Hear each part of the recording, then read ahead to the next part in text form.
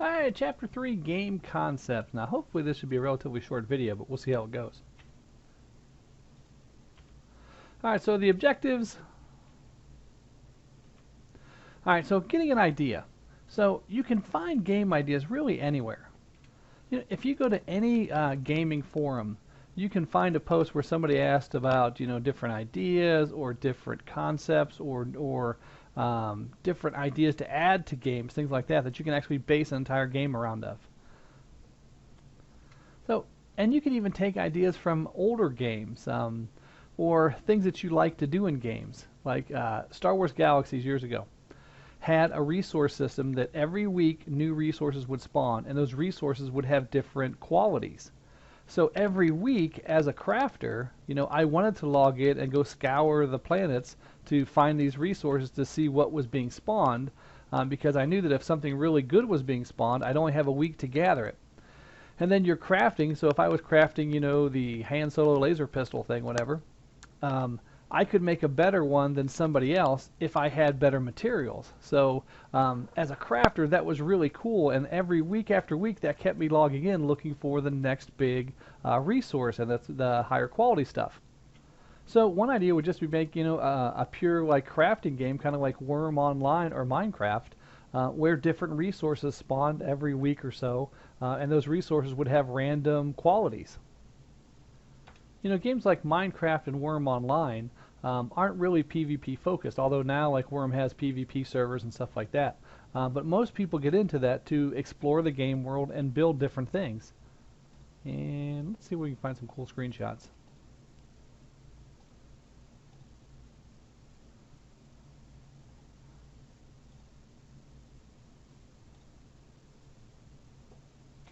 So there's an example. I mean, you can actually like stake out a piece of land and things like that. So that's a game idea as well. So books and movies. Now the problem with books and movies, you can use ideas from that because obviously most games are based on somebody else's idea or somebody else's story, things like that. But you have to be careful. If it's too close to the book or movie, then you have to buy the license to use that intellectual property, and you get into all kinds of issues like that. So just make sure that if you take any ideas from books or movies, that your game isn't that closely related. So the bottom line is, when you're thinking about these different ideas, the game has to be entertaining. And I know I keep harping on this over and over again, but you need to think about what's the emotional response you want to get from the user, and the game has to do that.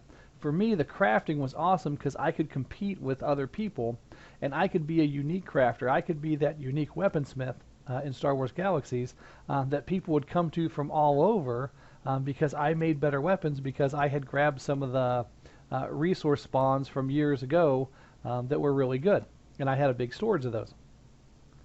So that made me feel special. So that was my emotional response. That it made me feel special that I was a very unique crafter. All right, and then from idea, you need to create a game concept, and that's just a description with enough detail to discuss it as a commercial product.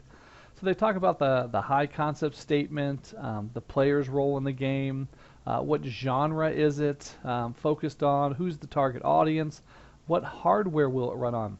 That's one of the issues why a lot of games are made for consoles first and sometimes consoles only.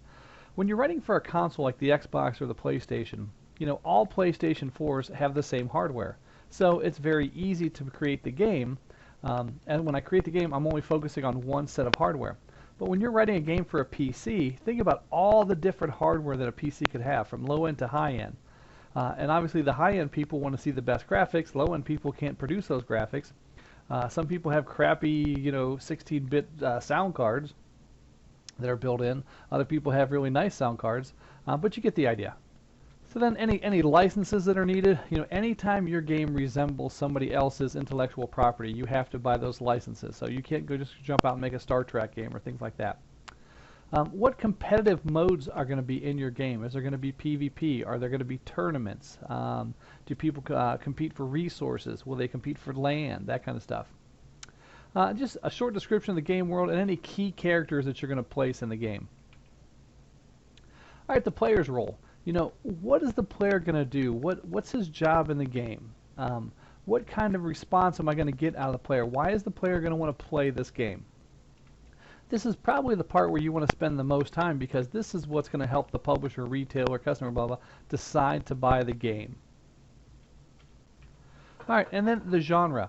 What kind or what category is this game going to fit into? Is it going to be an MMO? Is it going to be a single player? Is it going to be a lobby-based game, kind of like Destiny? Is it going to be a PvP only game? And then there's other genres that we can talk about when we talk about different games, like strategy, action, puzzle solving, things like that. Many players out there, people, consumers, once they get into a certain genre, like I prefer MMOs, the majority of the games that I buy are MMOs, and I follow several MMO sites, and I'm always looking for the next MMO or the next different MMO. I don't focus too much on single player and build games like Minecraft as much anymore.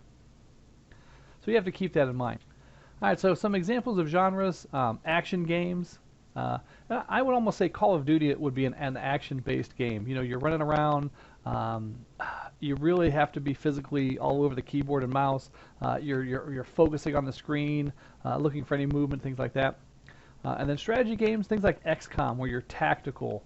I have to think about how much ammo my guys have and that kind of stuff, and I'm playing turn by turn. Then there's role-playing games like Elder Scrolls Online. Even World of Warcraft is considered a role-playing game.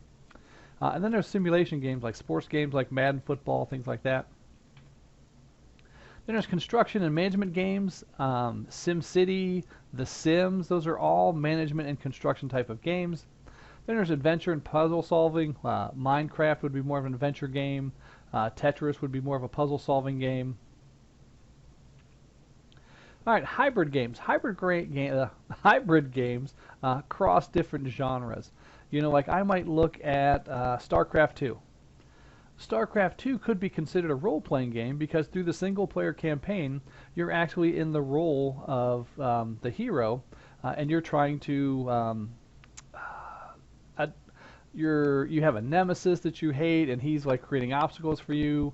You have a love interest that you're trying to save, things like that. So that's the role-playing part of it. It's also a very competitive game, and maybe PvP focused, because you can play competitively online. So they're risky because obviously if people only like PvP games, they might, oh, that PvP game out, but it's also like a love kind of game, blah blah. I'm not going to be into it. But really, that's not as big a factor anymore. You're more likely to get more people from the two different genres than you're going to get people from one genre who don't like your game because it includes the other piece. So just take that with a grain of salt. So the most successful hybrid is the action adventure.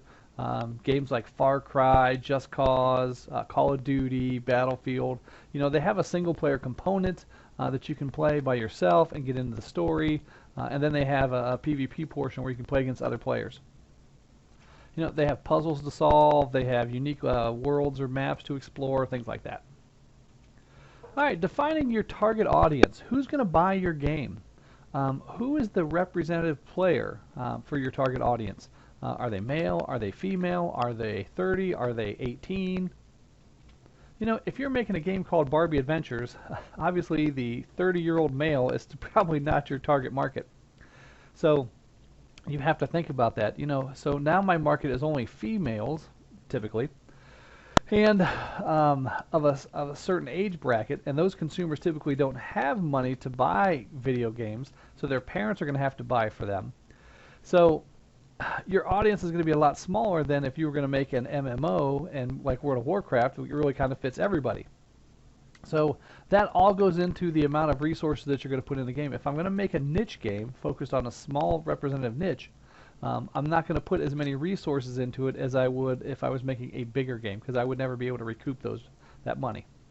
All right, and then your book mentions binary thinking. And binary thinking just assumes that if group A likes a thing, that anyone outside that group won't like it. So try not to think like that. Most people aren't pigeonholed into one specific thing. Now, there are some examples of people that will only play competitive online games, or something, or I only play single-player games. And they usually have their reasons. Like, I know some people that only play single-player games because the online communities are so rough.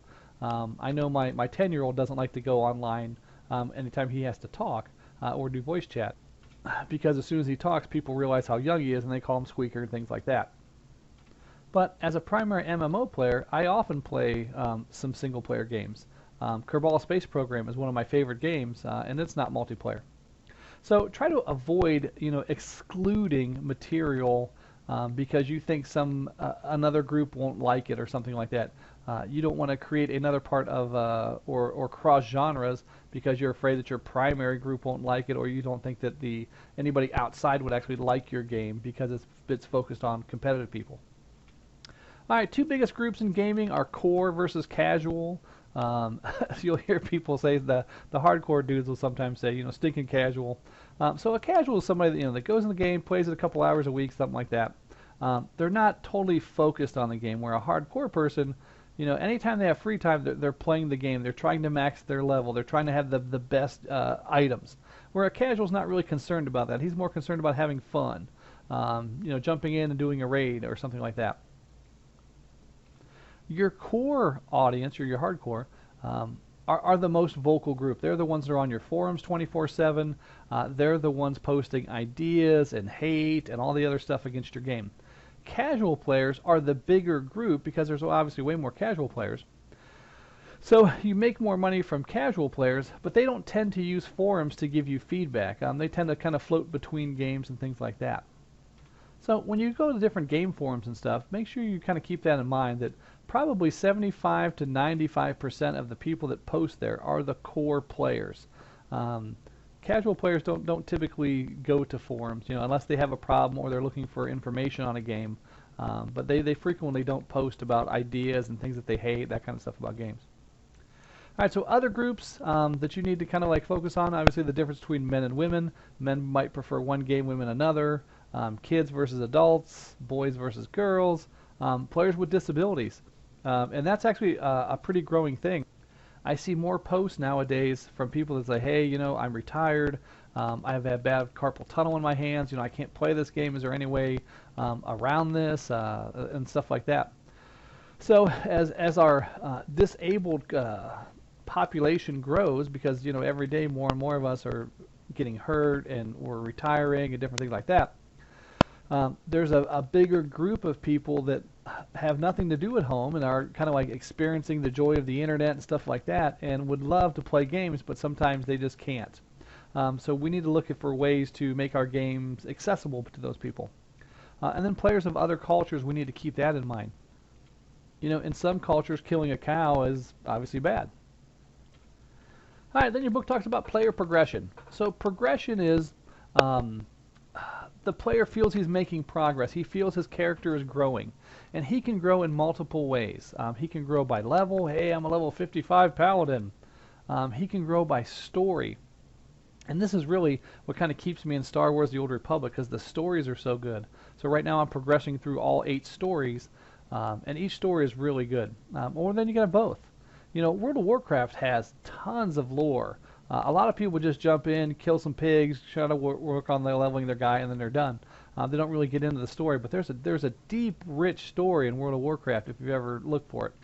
All right, and then your book finally wraps it up with game machines. So obviously consoles are easier. Obviously they're cheaper. They're in more homes than well, I don't want to say they're in more homes than PCs. I'd have to look for more data on that. But it's pretty common to find a game console in every home. And what's neat about the game console machines are they're all the same. Everybody has the same controller, everybody has the same processor, everybody has the same amount of memory, things like that. So when you play competitively, there's no advantage on the console. It's more skill-based, which is nice.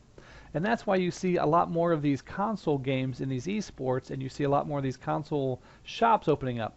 Like here in North Canton, right there on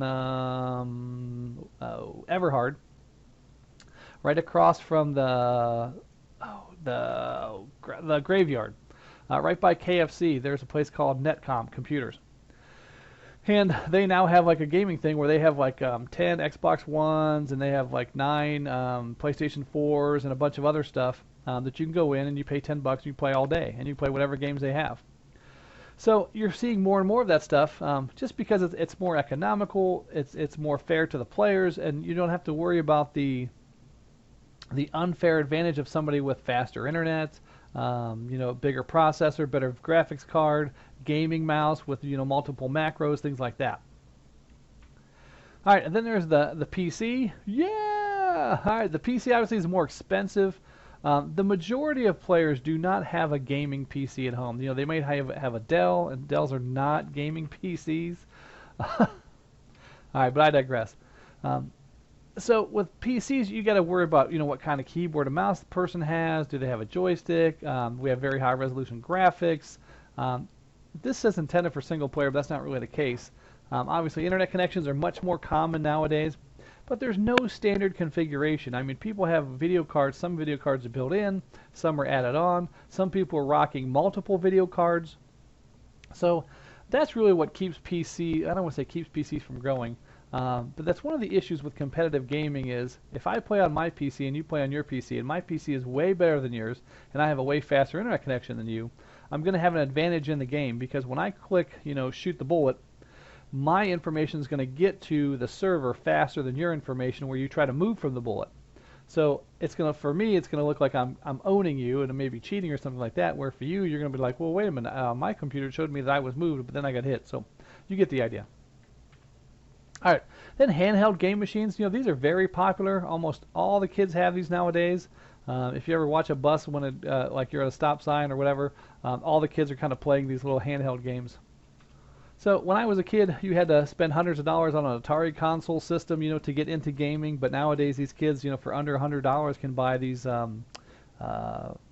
Game Boys and things like that to play. And then mobile phones. The mobile phone genre or whatever, our gaming market, is just exploding. A lot of people that are making MMOs are now making MMOs for mobile phones because there are so many people playing games on their phones. Angry Birds was not a unique game. They had games like that for years where you were just shooting stuff and blowing things up, kind of like they had games with like catapults where you'd attack towers and that kind of stuff. But for years, so some guy just made it for the mobile phone and then put in birds instead of catapults and pigs instead of, guards at the castle. And boom, makes a bajillion dollars from just that idea. And nowadays, you can get a product, even in the Apple Store for $99. So I think it's $99 or $95 for a year. You get your developer's license, and then you can post whatever you want in the iPhone Store, as long as your app works. All right, then there's some other devices. Personal digital assistants. We used to have PDAs. We don't really do that stuff anymore. But nowadays, we have video gambling machines, and then arcade machines are kind of like, you don't really see those a whole lot anymore. You maybe see them at the movie theater, something like that, or some arcades. But it's not the big thing that it used to be, and it's kind of going on its way out now. It's kind of a unique thing. All right, well, that kind of wraps it up. Just remember, most game ideas, especially for computer games, and really I guess that's what I'm going to focus on, computer games. Somebody has already had most of those ideas, and everybody has ideas. The problem is getting somebody to be able to execute those ideas. So for your first game, if you're thinking about actually creating a video game, think small. You're not going to make an MMO. Even the smallest indie MMOs are typically made by several people, and they take several years to make. And then they're not huge commercial successes. So I would say start small. Maybe make something 2D because they're easier to make and you can find the resources easier, and there's a lot of free stuff for that. Make a small 2D platformer game, kind of like Mario Brothers or Terraria or something like that. And then again, I think it's like $99, and you can then access Steam, and then you can submit your games to Steam. Sell it on Steam. So what if you only sell 20,000 copies across the whole world? For most developers, that would suck. But if you make $5 per game, or let's say even if you make $1 per game, and you sold 20,000, that's $20,000. And then you can kind of use that maybe to hire an artist. Then you can make another game, make more money. You can kind of like steamroll that stuff. So you get the idea. I'm going to have a contest to see how many times I say so you get the idea. But yeah, moving on. So that kind of wraps up this chapter. If you have any questions, make sure you email me. And other than that, I'll see you next week.